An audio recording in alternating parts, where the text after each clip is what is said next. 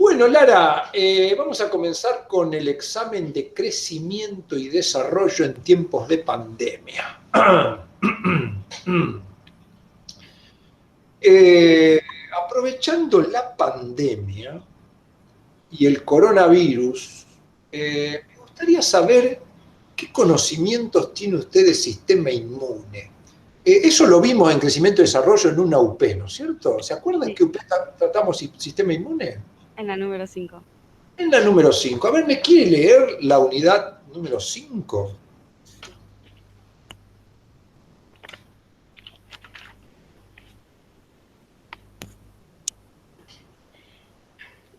Lara es una niña de 5 años. Mientras juega en el patio de su casa, se cae sobre una madera y se pincha el brazo con un clavo, lo cual le produce un dolor e inflamación local. Preocupada por Lara, la madre concurre al centro de salud del barrio para ver si tiene que colocarle la vacuna antitetánica. Durante la consulta, el médico le solicita el carnet de vacunación. Ah, no habla del coronavirus. Qué raro. Algo que no habla del coronavirus. Bueno, muy bien. Bueno, ¿cómo resolvió esta unidad problema? Eh, ¿Qué temas abordó? ¿Cuáles fueron los objetivos? A ver, cuénteme un poco cómo trabajó con esta unidad problema. Bueno, esta unidad se centra mucho en el área inmunológica, pero a mí primero me interesó estudiar las estructuras histológicas para después ya poder entender más las acciones que se llevan a cabo en esas estructuras, ¿no? Entonces, Ah, ¿y qué estructuras estudió para relacionar al sistema inmune? bueno, estudié el tejido linfático y todas bueno, las estructuras que componen el tejido linfático, que bueno, el tejido linfático puede ser o difuso o encapsulado, formando órganos linfáticos que pueden ser primarios o secundarios. Ajá. Que estos van a ser, digamos, los protagonistas en el área inmunológica, ¿no? En la defensa inmunológica. Bueno, en Ajá. primer medida, bueno, paso a definir, bueno, qué es el sistema inmune Bueno, y es justamente el conjunto de órganos linfáticos que van a encargarse de defender al organismo mediante respuestas que pueden ser específicas si la respuesta inmune es secundaria, o sea que el antígeno entró por segunda vez, o más inespecíficas si es la primera vez que ingresó este antígeno. ajá. Bien, bien. ¿Cuántos años tiene usted, Lara? 18. 18, no, me parece jovencita. Más jovencita. Te estaba por preguntar si había terminado la escuela secundaria. Bueno, muy bien, muy bien. Bueno, ¿en qué estamos hablando? De sistema inmune. Bueno, usted me habló ahí de órganos encapsulados, sistemas encapsulados y difusos, pero no me dijo ningún nombre de órganos relacionados al sistema inmune. ¿Cuáles son los órganos que usted podría relacionar al sistema inmune? Y tenemos órganos primarios, como son el timo y la médula ósea. El timo se encuentra ubicado en el tórax, en la porción superior del tórax, y la médula ósea se encuentra principalmente en las epífisis de los huesos largos. Y los órganos De linfáticos los huesos secundarios. largos, espere, en las epífisis de los huesos largos. Sí, y también se encuentra en la edad adulta el principal hueso que tiene médula ósea es el esternón. A lo mejor los libros no lo dicen, pero cuando a una persona adulta le tienen que hacer un estudio de médula ósea, normalmente lo que se hace es una punción del hueso del esternón, ahí es donde tiene la mayor cantidad. Pero sí, los libros en general hablan de las epífisis de los huesos largos. Muy bien, ahí tenemos la médula ósea, bien, y el timo. Esos son usted dijo, son los órganos inmunes Primarios. primarios. ¿Secundarios? Y los secundarios son el vaso y los ganglios linfáticos. Y Vaso y los... la denominación de primarios y secundarios tiene que ver en que en el timo y en la médula ósea, bueno, las células sanguíneas, que en este caso hablaríamos de células de tipo linfocitos T y B, digamos, en la médula ósea se producen tanto los B como los T, y en la médula ósea maduran los B y en el timo maduran los T. Por eso se denominan primarios, porque serían la fuente de producción y maduración. Y los secundarios serían el vaso y los ganglios, porque digamos, va a ser el lugar en el que actúen defensivamente ante el ingreso de un antígeno. Yo recuerdo haber estudiado hace un tiempo sistema inmune y haber visto otras estructuras que también pueden participar en el sistema inmune, como son las placas de Peyer, las amígdalas. ¿Escuchó algo de esas estructuras? Sí, eso ya estaría, digamos, se clasificaría como tejido linfático difuso, que no está específicamente en un órgano linfático, sino que es tejido linfático distribuido, digamos, en el organismo. Ah, bien, Y bien, también bien. está el sistema APUD, em, que son, digamos, células que se encargan que colaboran con con el sistema inmune, pero no son específicamente células linfáticas. Bien, bien, bien. Usted mencionó linfocitos T y linfocitos B. Si usted tuviera que establecer una diferencia, decir, porque los dos son linfocitos T y B, uno es T, el otro es B, pero ¿cuál sería la característica que usted tomaría como para decir, bueno, esto es lo que los diferencia?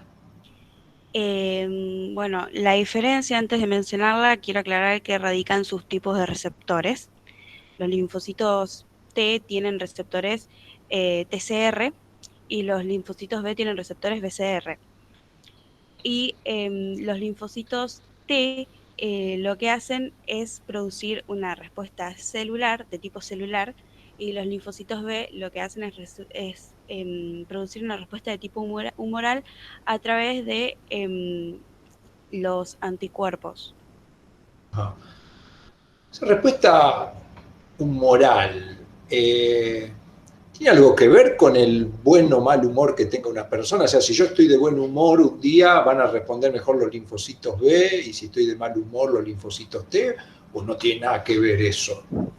No tiene nada que ver. No tiene nada que ver, mire usted. Oh, maldición, creí que sí.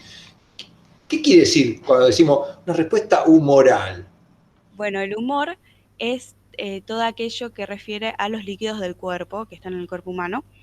Entonces, digamos, cuando se dice respuesta humoral, quiere decir que no van a ser células quienes ataquen a la noxa, sino, bueno, en este caso, proteínas de tipo inmunoglobulinas que van a viajar a través del torrente sanguíneo.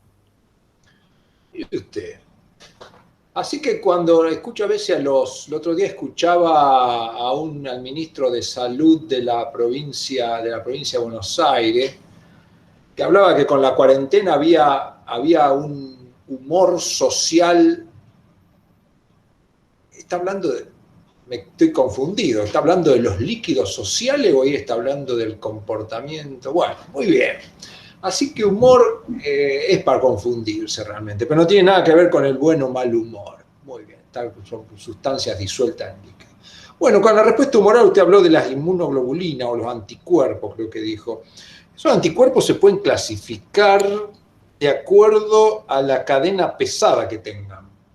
¿La conoce esa clasificación? Sí, pueden ser inmunoglobulinas de tipo G, de tipo M, de tipo E, de tipo A y de tipo D. De tipo D, muy bien. De esas cinco, ¿cuáles son las que están relacionadas a la respuesta inmune primaria y secundaria? A la respuesta inmune primaria están relacionadas principalmente las inmunoglobulinas de tipo M, que su estructura es de pentámero. Las cinco estructuras se unen mediante una proteína de tipo join, y lo que hacen es atacar, digamos, cuerpo a cuerpo, podría decirse, a la noxa. Mientras, o sea, esto lo que hace es que le dé tiempo a las inmunoglobulinas G a también, digamos, a poder defender al organismo. Y ante la segunda invasión de la noxa, si es que hay, en un primer lugar va a actuar la inmunoglobulina G mucho más rápido y mucho más eficazmente. Rápido, ¿de qué estamos hablando? ¿De minutos, de días, de años? No, de días. ¿En El, cuántos días se puede medir eh, la presencia de anticuerpos ante la entrada de un antígeno? bueno, si es la primera vez que ingresa, digamos, las inmunoglobulinas de tipo M van a actuar a partir de los 5 días más o menos, y las inmunoglobulinas de tipo G van a actuar más o menos a los 15 días. Y si es la segunda vez que ingresa, la inmunoglobulina G va a actuar, bueno, mucho más eficazmente, más o menos al tercer día. Claro. Cada vez que ingresa el antígeno, que equivaldría cada vez que aplicamos un refuerzo de una vacuna, ¿no es cierto? Normalmente se dice que la respuesta inmune, los anticuerpos tienen más título. ¿Qué? ¿Escuchó alguna vez la palabra esa, el título de los anticuerpos? Puede ser que se refiera al determinante antigénico, o al paratope, o al epitope.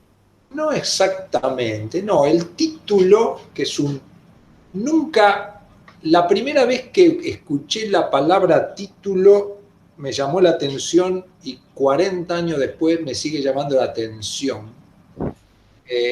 Y hablamos también de titulación. Cuando en sustancias que están disueltas hablamos del título, es lo mismo que decir, o prácticamente lo mismo decir que su concentración. Es una palabra que si usted no la escuchó, o por ahí la escuchó y no es clara, pero en general cuando hablamos de título de un anticuerpo decimos si aumentó el título de un anticuerpo es porque ha aumentado su concentración. Eso es el título. Y por eso usamos muchas veces en la medicina, no lo usan tanto los médicos, más un área de la bioquímica o de los químicos. Cuando hablamos de titular algo, es averiguar su concentración. Se lo preguntaba porque por ahí lo puede haber visto. Entonces, bueno, aumentar el título quiere decir que aumentar la concentración. Por eso en una respuesta, si entra por segunda, tercera o cuarta vez, cada vez la respuesta es más rápida, cada vez con más título de anticuerpo, con lo cual tengo más chance de neutralizar. Bueno, muy bien, entonces así se produce respuesta inmune primaria y respuesta inmune secundaria. Y esto me conduce a que le pregunte en qué consiste la vacunación, el proceso de vacunación. Bueno, el proceso de vacunación consiste en, digamos, inyectar en el cuerpo el antígeno, pero atenuado, para que, digamos, pueda producir anticuerpos, porque, bueno, o sea, sería de o sea, para que cuando realmente ingrese el antígeno, pero no en forma de vacuna, se produzca una respuesta secundaria, porque Claro, para que ya tengamos, digamos, las células de memoria. claro, exactamente, exactamente. O sea, es como simular una enfermedad, pero sin que se produzca esa enfermedad. Y esa respuesta inmune, ¿cómo la podría clasificar usted? ¿Específica, inespecífica, activa, pasiva, natural, artificial, en el caso de la vacunación? La vacunación es de tipo activa, ¿Es y, activa? Sí. es de tipo inespecífica, ¿Cómo porque, hacer específica si le estoy inyectando un antígeno? En pero el cuerpo, digamos, ante la primera entrada del antígeno actúa de manera inespecífica. No, no, no. Ahí les puedo asegurar que no le estoy tendiendo una trampa. La respuesta va a ser específica, va a generar anticuerpos contra ese antígeno en particular. Puede haber alguna respuesta inespecífica, un proceso inflamatorio, a lo mejor en la zona que yo inyecté la vacuna, pero la respuesta va a ser específica. Por supuesto, a lo mejor usted leyó algo no tan específica como el segundo ingreso. Cuando ingresa, yo genero inmunoglobulinas M que tienen especificidad para ese antígeno y que lo van a intentar neutralizar lo antes posible, pero cuando ingrese por segunda vez y se produzca el cambio, se produzcan IgG, las IgG son mucho más específicas. Entonces, a lo mejor eso que ha leído en el libro lo tiene que volver a ver, pero es una respuesta, como usted dijo, creo que yo le pregunté si era activa o pasiva. ¿Cómo me la clasificó? ¿Activa o pasiva? Activa. Es activa. Yo le pregunté específica o inespecífica, es específica. Siempre que yo ingreso un antígeno, por supuesto que puede haber partes que sean inespecíficas. Es decir, como yo decía, si yo tengo que atravesar la epidermis para llegar a la dermis e inyectar el antígeno, ahí va a desencadenar respuesta inflamatoria. Esa respuesta inflamatoria es lo mismo que yo me haya puesto una vacuna, me haya clavado un clavo o me haya expuesto al sol. Por ahí quizás la respuesta es más o menos la misma, es en específico. Pero después, cuando entren en juego los linfocitos, ahí ya se va a desencadenar una respuesta específica que va a ser superada en especificidad en refuerzo de esa vacuna, o si entrar el antígeno, porque ya va a estar trabajando con inmunoglobulinaje. Y la vacunación la pondría como un método de inmunización natural o artificial. Artificial. Es artificial. Muy bien. Contrapuesto a esto, o mirándolo de otro punto de vista, acá estamos administrando un antígeno y en algunas circunstancias se administran inmunoglobulinas. Cuando yo administro una inmunoglobulina, también estoy jugando con el sistema inmune. ¿Qué tipo de inmunidad sería? ¿Administrar inmunoglobulina o administrar un suero? Sería un tipo de inmunidad pasiva, porque no es el cuerpo el que está produciendo las inmunoglobulinas, o sea, los anticuerpos, sino que, se inyectan los anticuerpos producidos. Solo que es una respuesta, es un método rápido, pero no genera memoria, a diferencia de la vacuna. No genera memoria. Pero yo me acuerdo cuando me pusieron un suero.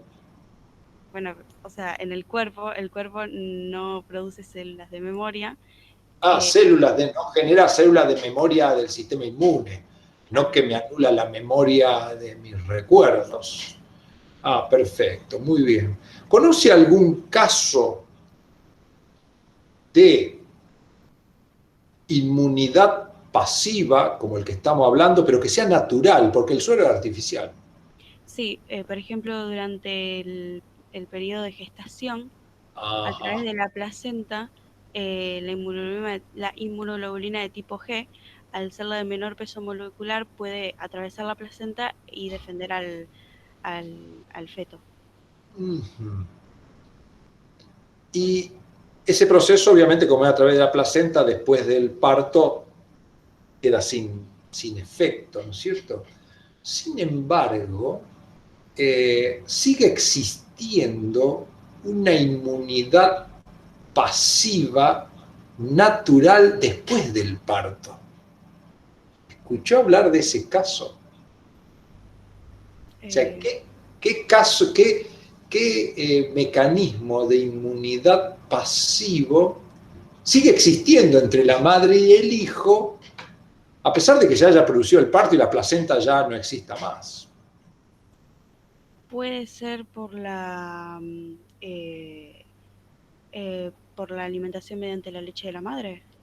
Sí, y por la leche de la madre, exactamente, es ahí. ¿Qué le puede pasar a la madre a través de la leche? Inmunoglobulinas. ¿Se acuerda que del tipo K? No, del tipo A. Vitamina K, perdón. Inmunoglobulinas del tipo A. Del tipo A. Bueno, muy bien. Muy bien.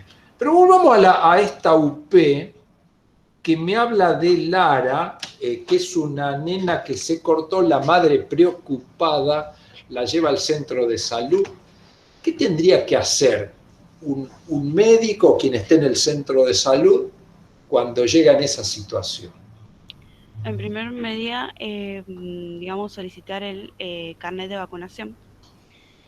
Sí, pero si la madre, entre que busca el carnet de vacunación y todo, pues ahí la nena se desangró, ¿y para qué lo va a buscar si se le murió la nena desangrada, ¿no es cierto? ¿No haría otra cosa usted previamente? Si ve un charco de sangre que crece, decir, me está el carnet de vacunación, no lo tengo, no lo puedo encontrar, bueno, búsquelo tranquilo, yo me voy a tomar algo y vengo. No puede hacer eso. Bueno, ¿no es cierto? Primero evaluar cómo está la herida, mientras tanto se lo puede pensar, se lo puede pedir, ¿no es cierto? Pero sí, le va a pedir el carnet de vacunación. Muy bien. ¿Qué hay en el carnet de vacunación? Bueno, eso tiene algún tipo de variación dependiendo del país. Eh, digamos, establece las dosis de vacunas que deben, digamos, colocarse por mes o por año del niño o la niña. Bien, entonces supongamos que la madre encontró el carnet de vacunación y usted lo analiza y dice, tiene todas las vacunas puestas, qué bien, tiene todas las vacunas puestas para la edad. ¿Qué haría entonces? Le desinfecta la herida y la manda a su casa. La manda a su casa, y no se preocupe, no tengo nada que hacer. Y si el carnet de vacunación no estuviera actualizado, le faltara justamente la vacuna antitetánica, que acá es un problema, ¿qué haría? Primero, bueno, después de desinfectar la herida, colocarle suero y después colocarle la antitetánica. Claro, que complete el... Y ese carnet de vacunación se va completando en base a lo que llamamos un calendario de vacunación, ¿no es cierto? ¿Usted logró aprenderse de memoria todas las vacunas que se aplican en cada momento? Creo que sí. ¡Oh! Sí. ¡Qué bárbaro! ¿Y qué tendría que tener puesta entonces Lara si... ¿cuánto tiene? 5 años. No eh, creo que se acuerde. yo creo que sí. A ver. Bueno, al momento de nacer ya tendría que tener puesta, se tiene que colocar la antitetánica y la vacuna de la hepatitis B. A los 2 meses más o menos em, se pone eh, a los 2 meses se pone más o menos la polio, no la polio, la pentavalente. A los 3 meses la de la meningococo. A los 4 meses se pone otra dosis de la pentavalente. Al quinto mes se pone la del meningococo. Está Eh, bien. Me convenció que se lo estudió. Muy bien. Qué memoria. Qué bueno, la felicito. No es fácil recordar todo ese tipo de cosas. Bueno, pero yo me quedé enganchado con, usted me dijo que la médula ósea se encontraba principalmente en las epífisis de los huesos largos. ¿Cuáles fueron los huesos largos que usted estudió para crecimiento y desarrollo? bueno, puedo mencionar el húmero, el cúbito, el radio, las falanges, el fémur, el peroné, la tibia. Bien, voy al húmero. Si usted lo tuviera que ubicar y describir al húmero, superficialmente, sin entrar en grandes detalles, cómo lo ubica? Bueno, el húmero está ubicado en el brazo, es parte del miembro superior, articula con la cavidad glenoidea que presenta la escápula. Bueno, mediante un cóndilo, es de tipo esférica la articulación, tiene un trocánter mayor y un trocánter menor, y digamos su epífisis inferior Si presenta... usted tiene que definir, yo no soy un experto en anatomía para nada, soy un ignorante de anatomía, pero usted mencionó palabras que la verdad que yo no sé ni siquiera la definición. Mencionó la palabra cóndilo, mencionó la palabra trocánter, ¿qué son esas cosas si usted las tiene que definir? Son accidentes anatómicos. El cóndilo tiene forma esférica, es una eminencia esférica, y el trocánter tiene forma cuadrilátera. Muy bien, muy bien. Bueno, entonces ese es el húmero que me viene describiendo muy bien y sus articulaciones. Bueno, yo creo que por acá vamos a terminar el examen. La verdad que estuvo muy bien. sorprendentemente bien. Como todos los exámenes están para un 9 o para un 10 realmente. La felicito. La verdad que impecable. Impecable.